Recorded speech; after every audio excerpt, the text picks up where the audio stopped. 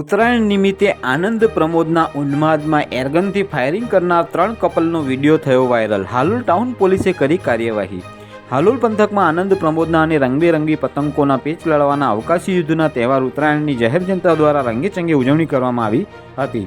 જેમાં હાલોલ નગર ખાતે ઠેર ઠેર 14 અને 15મી જાન્યુઆરી મંગળવારે અને બુધવારે પતંગ રસિયાઓએ ભારે ઉત્સાહ અને ઉમંગ સાથે ઉત્તરાયણ પર્વની ઉજવણી કરી હતી અને બંને દિવસે સંધ્યાકાળે ડીજેના તાલે નાચી ફટાકડા ફોડી રંગેચંગે ઉત્તરાયણ મનાવી હતી. જેમાં હાલોલ નગરના એક વિસ્તારમાં 3 કપલ ઉત્તરાયણના આનંદ પ્રમોદના ઉન્માદમાં કાયદાનું ભાન ભૂલ્યા હતા અને ઉત્સાહનો અતિરેક પેદા કરી ધાબા ઉપર 3 કપલોએ વારાફરતી જાહેરમાં 2 અલગ અલગ એરગનથી હવામાં 3 વાર ફાયરિંગ કર્યું હતું.